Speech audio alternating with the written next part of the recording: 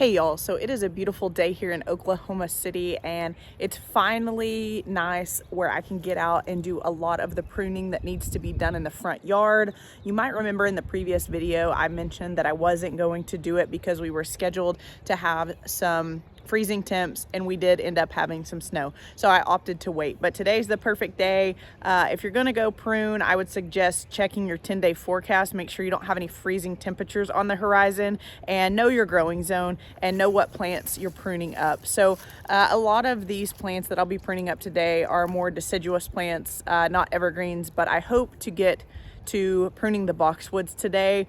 I'm gonna clean up everything else in the flower beds and then kind of take a look at all of the tulips and the alliums that are coming up, because there's so many in these beds that I really don't want to get in here and start stepping on a bunch of the tulips, but I really need to get the boxwoods pruned up here before too long, before it gets too hot. So we're going to be in the mid 60s to low 70s all for the next 10 days. So that is the perfect time to get everything pruned out here. Once I get everything pruned, I'm going to have Tommy test the sprinkler system to make sure all of our heads are working correctly after the winter, make sure we don't have any leaks, make sure we just don't have anything that needs to be corrected, because we're getting to the point where we're getting ready to have to start running our sprinkler system. It's almost spring and I can't wait, because the garden just sometimes looks so sad, especially a garden that's kind of had some renovation and doesn't have as many evergreens as I would like thus far, but we'll get there eventually. So I'm gonna go grab my tools really quick. I'll show you guys what tools I'll be working with today, and I will link those in the description below, and I will also link them in the video as well. So let's just go back and we'll get the tools. All right, so what I'm planning on using today is this Cobalt battery operated hedge trimmer.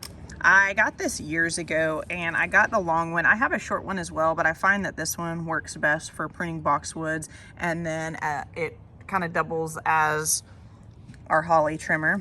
So that's that. I'll link these in different sections of the video. So you're probably going to be like, what are these? They're Mechanics brand gloves. And when I have my nails done, I like to wear gloves. If I don't have my nails done, I typically don't. But these are really great. They're soft leather. They keep all that dirt from penetrating. They're, you know, a lot of those gloves that are cloth and just have the rubber bottom, you'll end up getting a whole bunch of dirt, and I just hate that feeling of just having dirt in my gloves. So I'll be wearing those today. Of course, Felco's here, 2 different types, and then the Fiskars hard shell kangaroo bag. Hence the hard shell. That is the most important thing that you need to know if you want one of these bags. Do not get the non-hard shell option. So let's go back up front and I will give you a rundown of the plants, how they look right now, and then I'll show you all the prune up that gets done on those plants up there once I'm done. Okay, so most of the pansies in here kind of look like this. Typical for pansies this time of year for us. Everything's just starting to come out of dormancy, which I'm so excited about.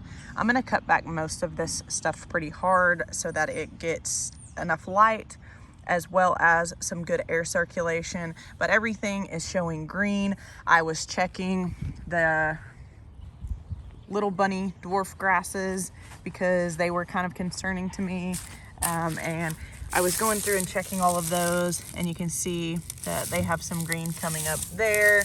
And then, you know, pansies just have some tattered winter damage on them. Really need to get this cleaned up. Obviously this took a little bit harder of a hit than the plants that were in the ground.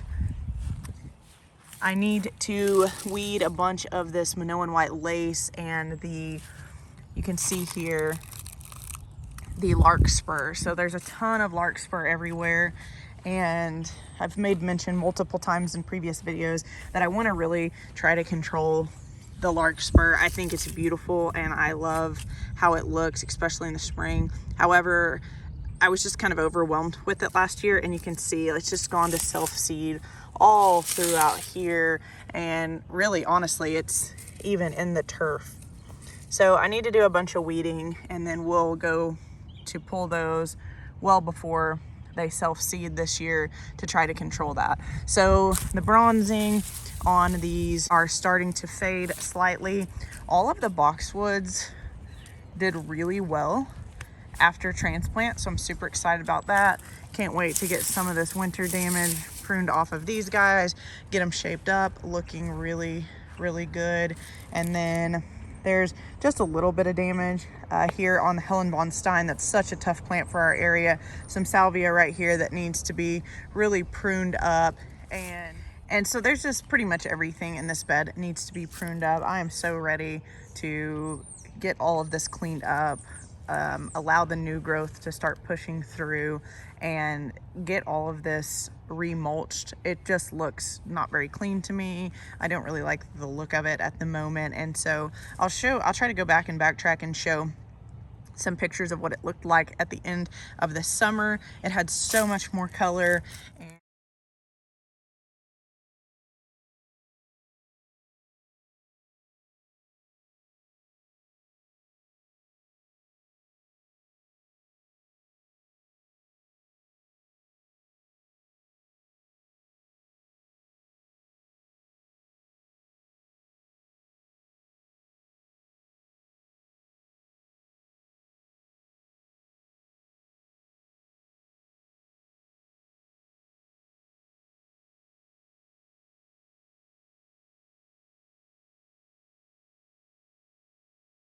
And there's some Veronica there, but I will go through all of these plants just in case you're new to the channel as to what we planted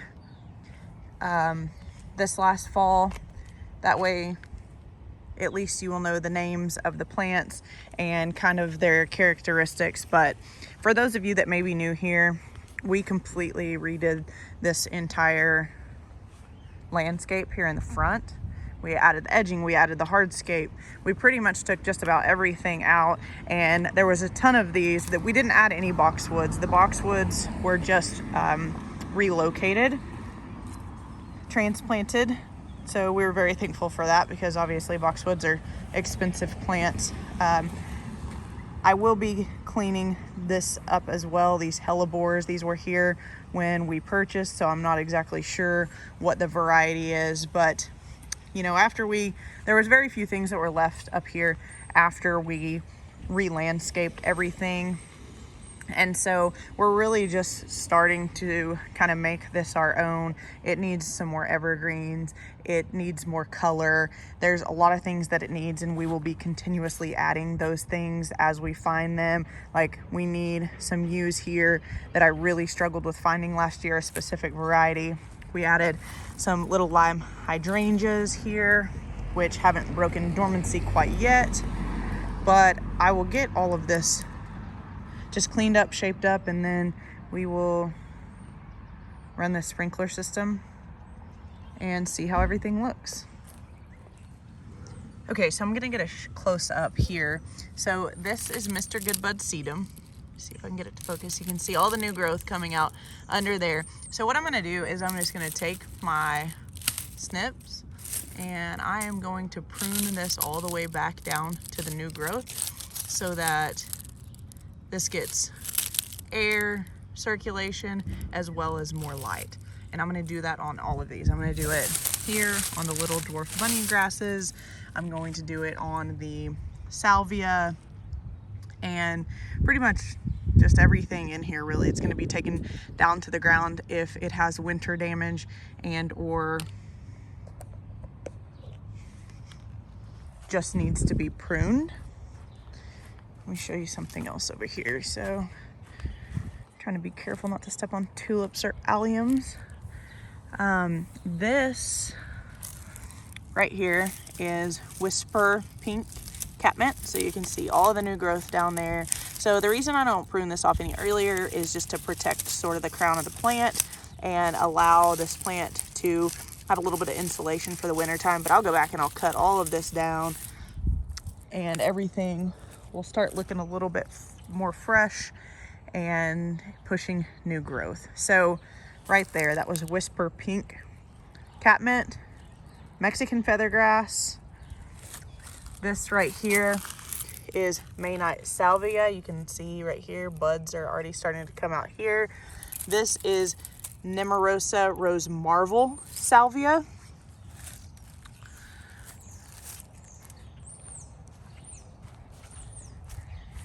some Artemisia here, got some allium there, a different variety of Artemisia down here, flanked by a lot of larkspur.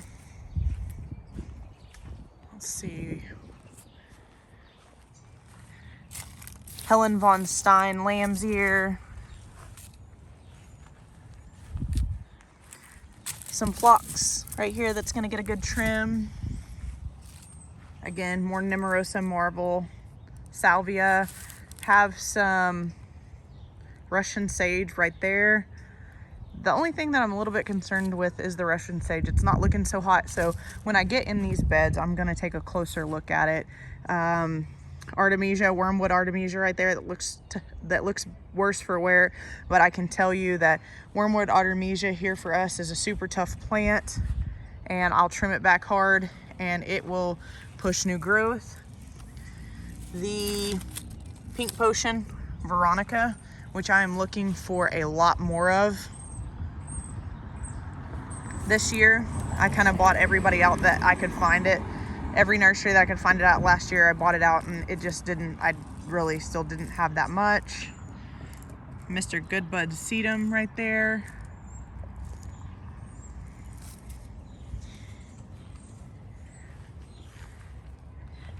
And really, other than the little lime hydrangeas, I don't really have much else, but I really can't show you anything over there other than just twigs. The hellebores, again, were there when we moved in. Those will get a good trim up. And then, yeah, I mean, that's just pretty much it. I'm going to set my camera up so that I can be cautious of where I'm stepping in here when I'm going to prune all of this stuff. But just know that everything is going to get a hard trim down to the new growth line.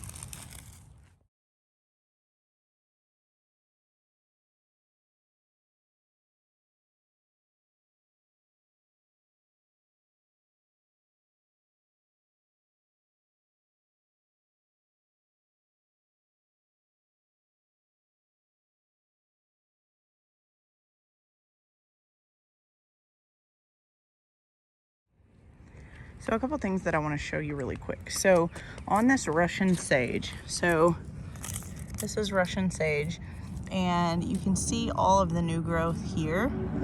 And the stems, some of them were pliable and good, and some of them just weren't. So I opted to go ahead and trim these back really aggressively because I didn't see any new growth. I didn't see any new buds forming on the stems above. So I just opted to cut it down, and we'll start from here.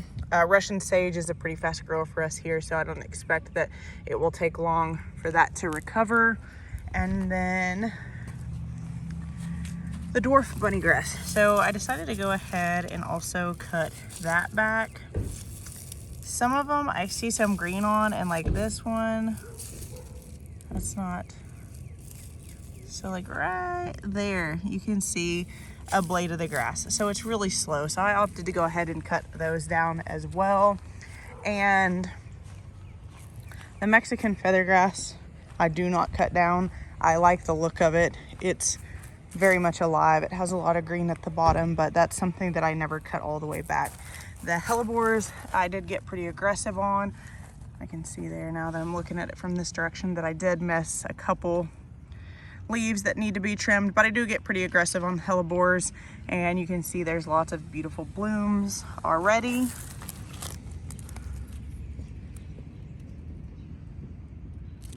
This one has some purple in the eye. And then I had totally forgotten, because this is something I did when we very first moved in.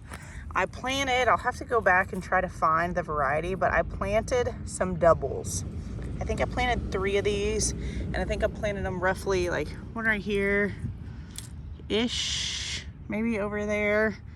And one of these may possibly be the doubles as well. So we'll see what those look like when they come up, but got pretty aggressive on that. Let me go over here.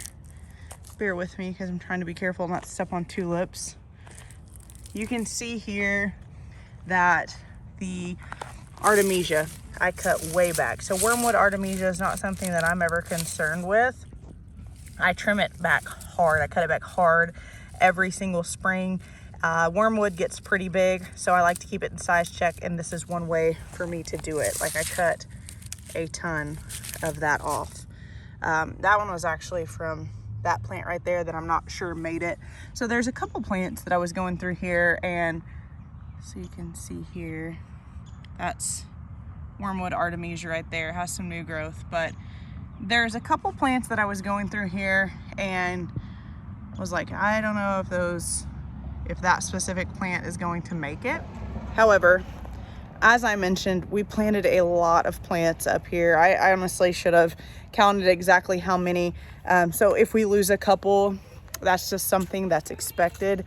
When you plant that many plants, it's bound to happen, and winter is destined to get a few of them. So hopefully we'll give those some more time to break dormancy. Some plants will break dormancy obviously much faster than others. So we'll give those a chance, and then the ones that don't recover, I will actually take back to our local nursery and get a refund because it hasn't been the amount of days. Let me backtrack. It hasn't been past the warranty days. So that's something that I suggest. Most places do it. They warranty perennials for a certain amount of time. And so if your perennials die prior to that time, I would suggest saving some containers and definitely taking them back, because over time, the amount of plants that you lose, it does add up, and it will save you money. So I'm going to attempt to get all of these boxwoods trimmed. Normally I would put a blanket or a sheet underneath the boxwood in order to just keep all the clippings under control and just be able to throw them away. However, I'm running out of daylight, and so I'm gonna just get them trimmed up as quickly as possible. Then I'll go back and just kind of gather them up. I'm not super concerned about messing up the mulch because it needs to be remulched anyways. And then one other thing in regards to hellebores is I always wear gloves when I'm trimming up hellebores because the leaves are actually a little jagged and a little sharp. And so, and there's something, at least for me, when I'm trimming up hellebores that irritates my skin. So between the spikes on the leaves and whatever it is that they produce that gets on my hands that makes my hands irritated, I do wear gloves when trimming up hellebores. So, and Tommy just got home from work and he's pretty OCD, and there's a lot of leaves out here. So while I'm trimming boxwoods, he's gonna get those cleaned up, and we'll have this place looking a little more tidy.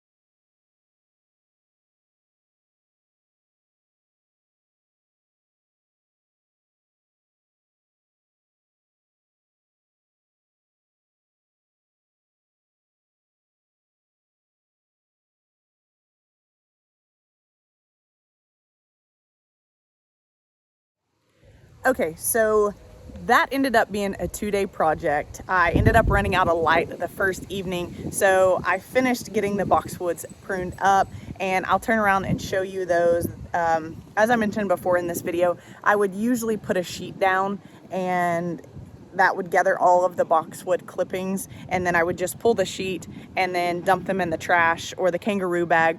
However, I was in a hurry, and I knew that we were going to put down new mulch here pretty soon, so I wasn't super concerned about it. And speaking of mulch, I like bark fines. For up here, it takes 60 bags of 2 cubic foot bags to cover all of this up here. So before I share the mulch that we use, I am going to try to find it in bulk at our local nursery. I've never looked at for it in bulk before, just because I have never really needed that much mulch in just the front yard.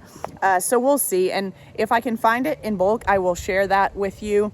And then I will also share the brand that we typically use. You can just get it from Lowe's if I can't find it in bulk. So we don't have it all mulched yet. That will probably come either later this week or early next week, but I'll flip around and I'll show you the boxwood hedge, and we talk a few details about boxwoods, when to prune, that kind of thing. And then there's something fun that I want to show you, just how resilient plants are.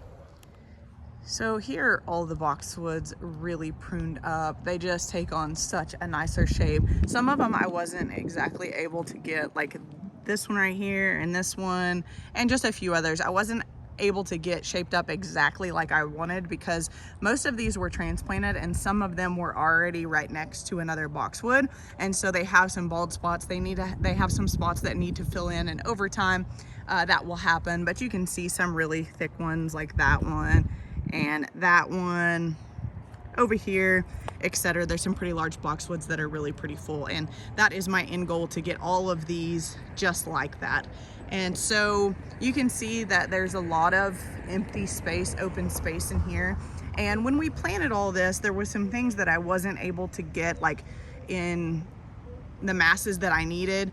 Say like I wanted more Veronica, I wanted more Salvia, I wanted more of a couple things, and they just weren't available because we were kind of late to the game, and this last fall a lot of nurseries were just picked over. So we'll be adding more plants as time goes on to really fill this space in.